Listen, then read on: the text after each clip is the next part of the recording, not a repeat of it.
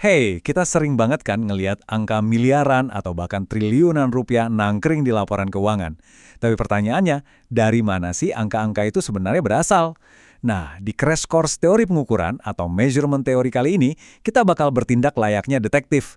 Kita akan bongkar habis-habisan apa makna sebenarnya di balik angka-angka akuntansi yang sering kita lihat. Langsung aja kita mulai.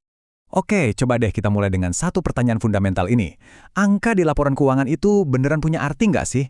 Gini, di akuntansi itu kita kan nggak lagi ngukur fisik suatu benda pakai meteran ya. Yang kita ukur itu nilai ekonominya. Jadi, bayangin aja kalau kita sampai salah ukur, wah seluruh laporan keuangan itu bisa benar-benar menyesatkan. Nah, ini dia nih konflik utamanya. Coba pikirin, apakah angka-angka perusahaan yang dipublish itu merupakan sebuah fakta mutlak atau jangan-jangan cuma sekedar asumsi yang disepakati bareng-bareng? Untuk ngejawab teka-teki ini, kita memang harus balik lagi ke definisi dasarnya. Terus, apa sih sebenarnya yang dimaksud dengan pengukuran atau measurement itu sendiri? Secara teori, pengukuran itu adalah proses ngasih angka ke suatu objek atau kejadian, tapi harus berdasarkan aturan-aturan tertentu. Poin krusialnya ada di kata aturan ini. Kita nggak bisa dong asal tebak atau asal kasih angka sesuka hati. Terus kenapa harus pakai angka kuantitatif segala? Jawabannya simple, supaya objektif. Gini deh, kalau ada yang bilang, wah perusahaannya untung besar nih, itu kan subjektif banget kan? Besar buat saya, belum tentu besar buat kamu. Tapi beda ceritanya kalau kita pakai aturan pengukuran yang jelas dan angkanya keluar laba 50 miliar rupiah. Boom, itu langsung jadi data yang objektif, jelas dan pastinya bisa dibandingin. Nggak heran kan kalau akuntansi itu dijuluki sebagai bahasa bisnis. Lanjut ya, ini ada satu konsep krusial yang jujur aja sering banget bikin mahasiswa terkecoh pas ujian, yaitu bedanya objek dan atribut. Ingat baik-baik, di akuntansi kita tuh nggak mengukur objek fisiknya, melainkan atribut ekonominya. Ambil contoh, objeknya adalah gedung. Kita kan nggak lagi ngitungin jumlah batu batanya kan? Yang kita ukur itu atributnya, seperti harga atau nilai wajar dari gedung tersebut. Makanya, jangan kaget kalau satu gedung yang fisiknya persis sama, angkanya bisa beda-beda banget di laporan keuangan, tergantung metode ukur apa yang dipakai.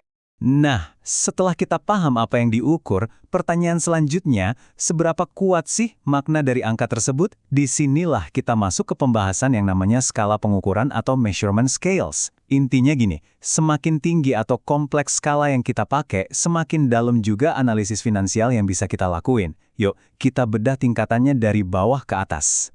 Ada 4 tingkatan hierarki skala nih, dari yang paling lemah sampai yang paling powerful. Pertama, skala nominal. Ini sih ibaratnya cuma sekedar label atau nama aja. Contohnya kayak kode akun atau nomor transaksi. Logikanya, kamu nggak mungkin menjumlahkan kode akun kan? Terus yang kedua, skala ordinal. Skala ini udah mulai nunjukin urutan atau ranking. Misalnya rating kredit perusahaan. Kita jadi tahu nih mana yang lebih bagus. Tapi sayangnya, kita nggak tahu pasti berapa jarak selisih di antara mereka. Ketiga, masuk ke skala interval. Di level ini, jarak atau selisih antar angkanya udah punya makna. Contohnya kayak varians anggaran. Tapi ingat ya, di skala interval ini, angka 0 itu nggak berarti kosong secara mutlak. Dan yang keempat, kasta tertingginya adalah skala rasio. Kita bahas lebih dalam soal skala rasio ini ya, karena ini yang paling krusial dan paling sering banget kita pakai di akuntansi keuangan. Skala rasio ini ibaratnya punya kekuatan super, karena dia punya nilai 0 mutlak atau absolute zero. Maksudnya apa? Ya kalau kas kamu 0, itu beneran berarti nggak ada uang sepeser pun.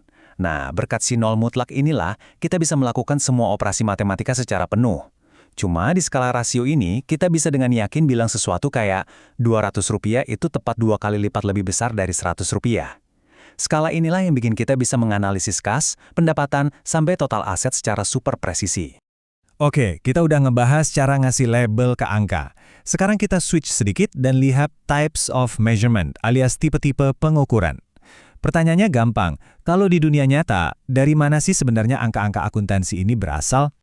Jadi, di prakteknya ada 3 tipe pengukuran utama. Pertama itu fundamental, alias pengukuran langsung tanpa perantara, kayak ngukur panjang atau berat. Nah, tipe ini jarang banget dipakai di akuntansi kita. Kedua, ada yang namanya derived atau turunan. Sesuai namanya, ini adalah angka yang didapat dari hasil perhitungan variabel lain.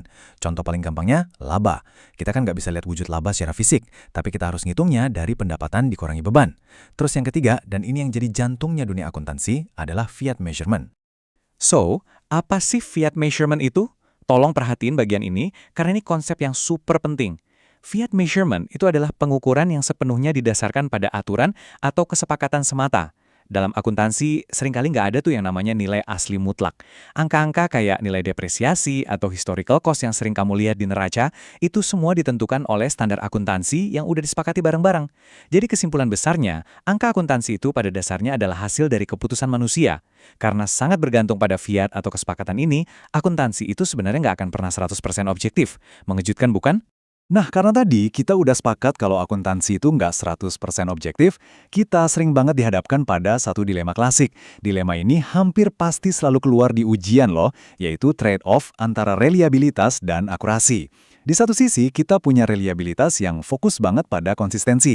Intinya, siapapun yang ngukur, kalau diulang-ulang terus, hasilnya bakal tetap sama.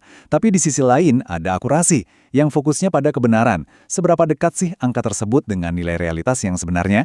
Idealnya sih kita pengen dua-duanya ya kan? Tapi di dunia nyata, dapat keduanya sekaligus itu jujur aja susah banget. Biar lebih gampang ngebayanginnya, kita pakai analogi legendaris yang sering banget dipakai dosen-dosen. Analogi timbangan rusak. Bayangin, kamu punya sebuah timbangan badan di rumah. Setiap kali kamu naik ke timbangan itu, angkanya selalu nangkring di angka 50 kilogram. Besoknya kamu timbang lagi, tetap 50 kilogram. Konsisten banget dong ya. Itu artinya timbangan tersebut sangat reliable. Tapi, ada tapinya nih. Ternyata berat asli kamu tuh sebenarnya 60 kilogram. Jadi, walaupun timbangannya itu sangat reliable karena selalu ngasih angka yang sama, dia sama sekali nggak akurat. Analogi tadi ngebawa kita ke sebuah realita yang mungkin terasa sedikit counterintuitif di praktek akuntansi. Pernah kepikiran nggak kenapa historical cost, yaitu kebiasaan mencatat harga beli aset dari puluhan tahun yang lalu, masih aja dipakai sampai sekarang? Padahal harganya udah pasti nggak akurat lagi dengan kondisi pasar hari ini. Jawabannya, karena kadang akuntansi dengan sengaja lebih memilih untuk jadi reliable daripada akurat. Loh kok gitu? Karena reliabilitas itu ngasih kita konsistensi. Dengan adanya konsistensi, investor dan analis bisa ngebandingin data perusahaan dari tahun ke tahun dengan perasaan tenang. Karena mereka tahu metode pengukurannya nggak berubah-ubah seenaknya sendiri. Tentu aja, pilihan-pilihan kompromi kayak tadi itu ngebuktiin satu hal penting. Di dunia ini, nggak ada pengukuran yang sempurna. Kesalahan pengukuran atau measurement error itu benar-benar hal yang nggak bisa kita hindari. Sumbernya pun macam-macam. Pertama, ada error dari manusia. Ini bisa karena kurang teliti, adanya bias, atau jangan-jangan emang ada niat manajer buat memanipulasi laba. Wah, bahaya tuh. Kedua, error dari metode atau alat. Ini terjadi saat standar yang kita sepakati ternyata udah nggak relevan lagi. Contohnya ya pakai historical cost di masa inflasi yang lagi tinggi-tingginya. Dan yang ketiga, error dari atribut. Ini kejadian pas kita harus ngukur hal-hal yang sifatnya itu abstrak dan subjektif banget. Contohnya, ngukur nilai goodwill atau brand value sebuah perusahaan. Makin abstrak sesuatu itu, wah makin tinggi juga risiko errornya. Oh iya, sebagai trik rahasia buat kamu nih, kalau kamu kebetulan lagi ngerjain esai ujian teori akuntansi tentang bab ini, pastikan kamu pakai kerangka 4 langkah jitu ini. 1. Jelaskan dulu definisi konsepnya secara clear. 2. Langsung tembak ke inti konsepnya tanpa bertele-tele. 3. Kasih contoh akuntansi yang konkret di dunia nyata. Dan terakhir, nomor 4, jelasin apa implikasinya terhadap laporan keuangan itu sendiri. Percaya deh, kalau kamu ikutin formula ini, poin kamu pasti maksimal. Sebagai penutup, coba deh kamu renungin hal ini sejenak. Kita udah bahas kalau dasar pengukuran akuntansi itu banyak banget bersandar pada fiat measurement, sebuah kesepakatan manusia yang penuh dengan kompromi. Kita juga tahu kalau error itu udah pasti nggak bisa dihindari. Nah, pertanyaannya, kalau semua ini pada dasarnya adalah hasil kesepakatan manusia yang rentan salah, mungkinkah sebuah laporan keuangan itu 100% bebas dari error? Ataukah selama ini kita cuma lagi membaca sebuah ilusi angka yang udah disepakati bareng-bareng? Pikirin baik-baik ya hal ini saat kamu lagi asyik membedah laporan keuangan di dunia nyata nanti.